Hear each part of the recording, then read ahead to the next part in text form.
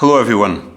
Today I'm going to tell you a story linked to this anonymous German soldier called Johann Schubauer. And I was contacted by his daughter because she heard about the research I like to do about World War II. This is his daughter here on the picture, and this is the soldier, Johannes Schubauer.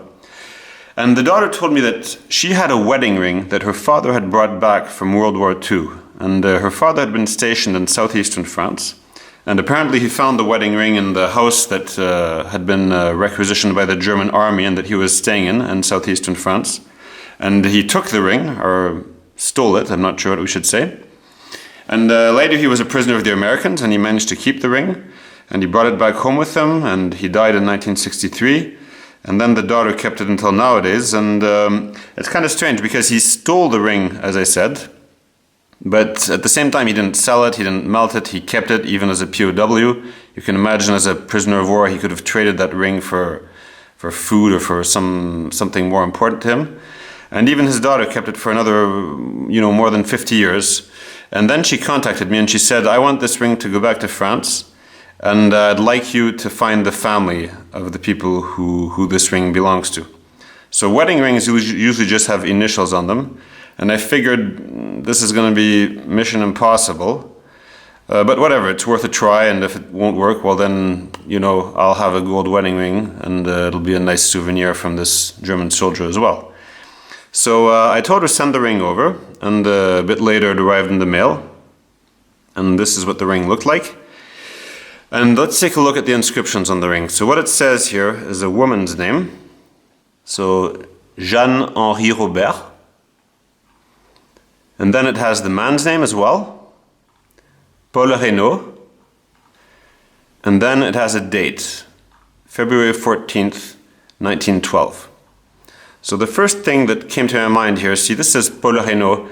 And Paul Reynaud is a famous French politician from the 1930s, 1940s. He had been, at the time of World War II, when the war started, he had been Minister of War.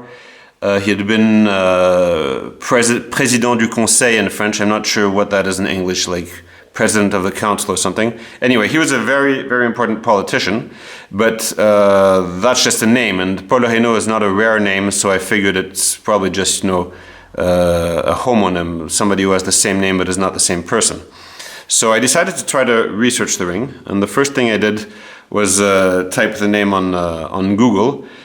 And sure enough, the stuff that comes up is all about this Paul Reynaud, President of the Council. This is sort of like if you get a ring with some soldier's name called Michael Jackson, and you would look him up on Google. Well, of course, you would never find your soldier Michael Jackson because all the results would be about the singer Michael Jackson. So I thought this is going to be really hard to research because this Paul Reynaud is going to parasite my research, basically. But then I looked a bit closer and I saw this date here, and I clicked on the link. And then I was completely dumbfounded and surprised because I realized that this Jeanne Henri-Robert got married on 12 February 1912, that's the date on the ring, to Paul Reynaud, the President of the Council. So this ring I was sent actually belongs to the President of the Council and his wife, the famous Paul Reynaud. So that was a big surprise for me, and I figured, what are the chances of that happening? Almost nothing, obviously. So this is Paul Reynaud, the politician.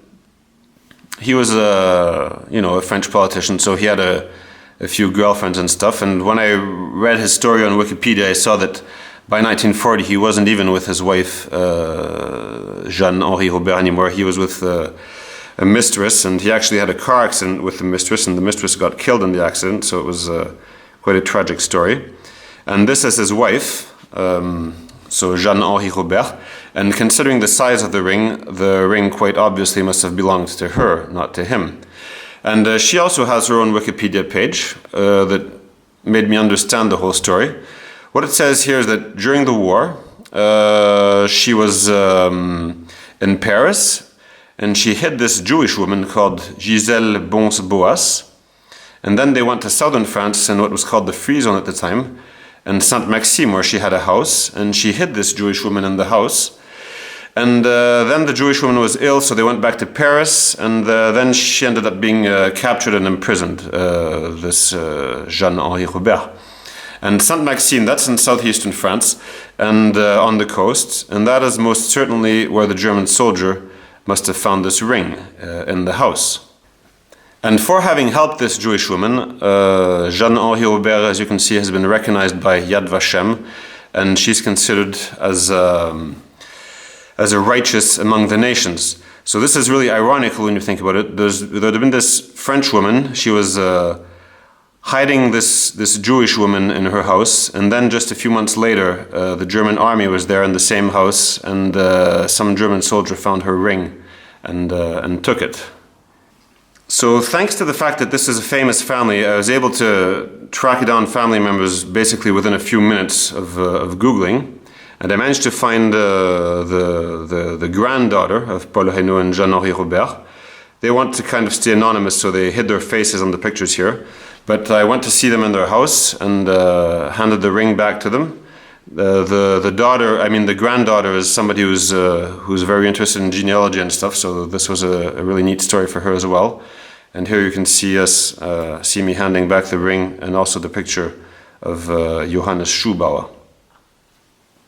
Now the daughter had a few documents from the war, and you can see she had this document here, written by the mayor of St Maxime in January 1944, telling Jeanne Henri-Robert, you have to evacuate your house within, the next 15 days, organize everything.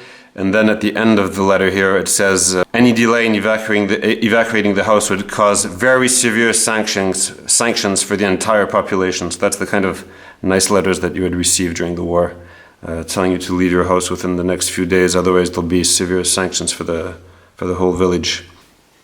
And now, just as a little side note, some of you have seen my other videos where we find the bodies of German soldiers in Eastern Europe. And in several of the videos we find the bodies with wedding rings, with inscriptions in them. And you can imagine if this German soldier, Johann Schubauer, had been killed in the fighting in southern France, then his body would have been found with this wedding ring that wasn't his, and it would have been, another one of these situations where you'd wonder, why did this guy have a French wedding ring? Who is he? Is he a French guy disguised as a German, or is a French volunteer? So it shows that you can find completely random items on soldiers. It doesn't necessarily mean it actually really belongs to them originally. Anyway, that's the story for this ring that belonged to Jeanne Henri-Robert. And as usual, if you guys would like some help with researching World War II items and things like that, then you can just send me an email at this address. I hope you enjoyed this video. Bye-bye.